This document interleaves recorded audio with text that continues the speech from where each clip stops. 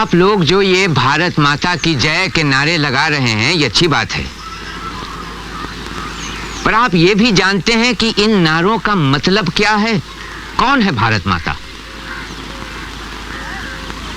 किसकी जीत चाहते हैं आप सब? क्या है भारत माता? कभी देखा है आपने? पंडित जी, भारत माता मतलब ये धरती हमारी माता है। सिर्फ ये धरती, या इस गांव की धरती, या इस सूबे, इस इलाके की धरती, या सारा हिंदुस्तान? सारे हिंदुस्तान की धरती। सिर्फ धरती और कुछ नहीं? हिंदुस्तान की ये इतनी नदियां, पहाड़, ये सब नहीं? सभी हैं पंडित जी।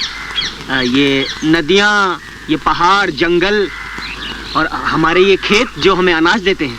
इसके अलावा भी कुछ ऐसा है जो इन सबसे अहम है? भारत माता तो ये सब है ही, नदियां, पहाड़, खेत, पेड़, घने जंगल, समंदर, आसमान, पर मेरे या तुम्हारे बिना ये सब बेमतलब है। सबसे अहम है भारत की सरजमीन पर फैली आवाम, भारत के लोग। दरअसल अपने करोड़ों बेटे बेटियों से ही भारत मां की पहचान है, इसलिए उसकी जीत होगी आप सभी की जीत से। यानी कि देखा जाए तो आप सभी अपने आप में भारत माता हैं। भारत माता की जय! Welcome back to the Civilizational Bridge. You just saw a clip from Bharat Ek Khoj, a 53-episode Indian historical drama based on the book The Discovery of India by Jawaharlal Nehru that covers a 5,000-year history of India from Indus Valley civilization all the way to independence from British in 1947. It's firmly established in the clip that uses names like Bharat and Hindustan that it is the people living in the land and their ancestors with their civilization that make up a country. The English subtitles of course say that it is India. Then who are Indians?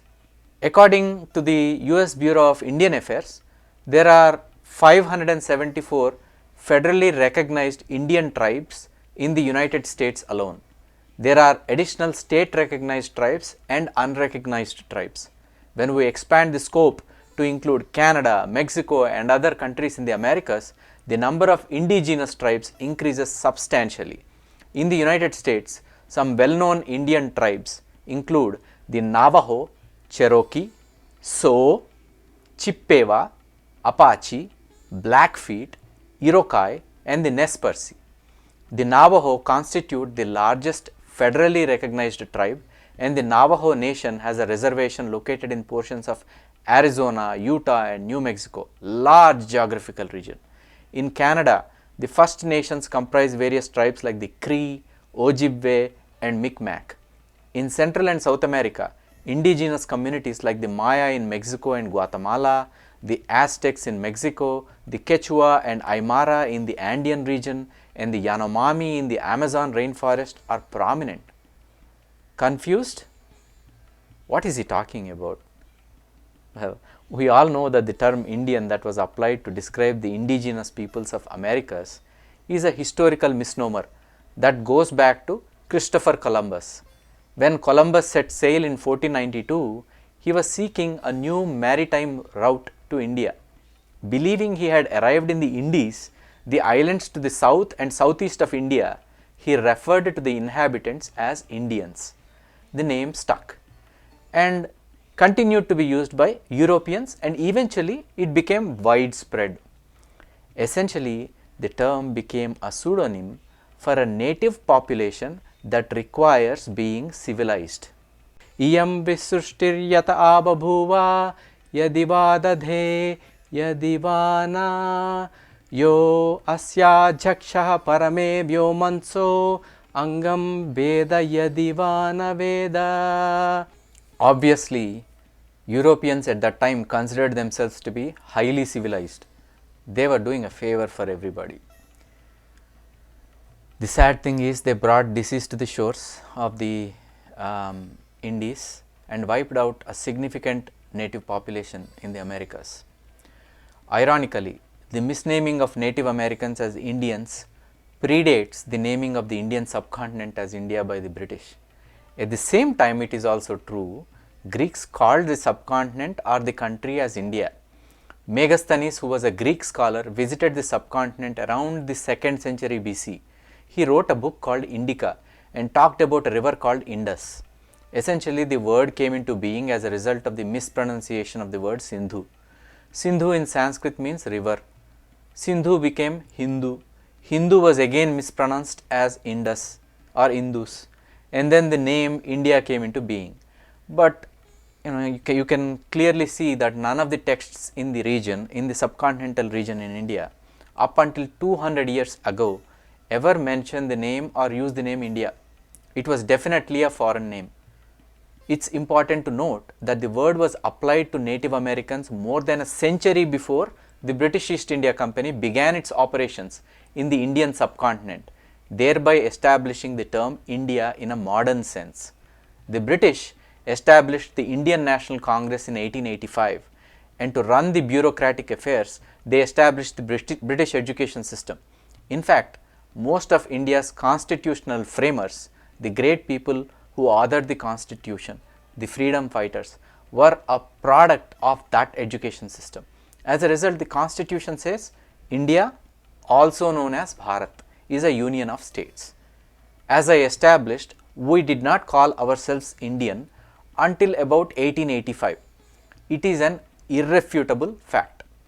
We have continued to call the country as such. Undoubtedly, the name India does stir strong emotions of connectivity across the subcontinent due to its continued use.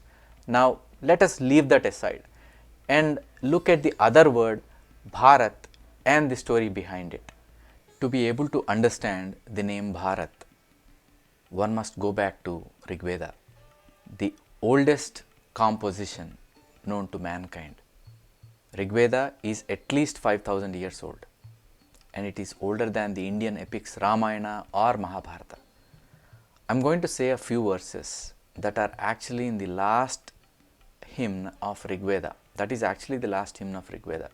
That is in chapter 10, Mandala 10, hymn 191. If you are not a Hindu, I assure you that there is nothing religious about this, and there is a great purpose for this hymn. In fact, it was beautifully explained in one of the lectures by Sanjeev Sanyal, who did a lot of research in this area. I will leave the link below for that lecture if you are interested, of course.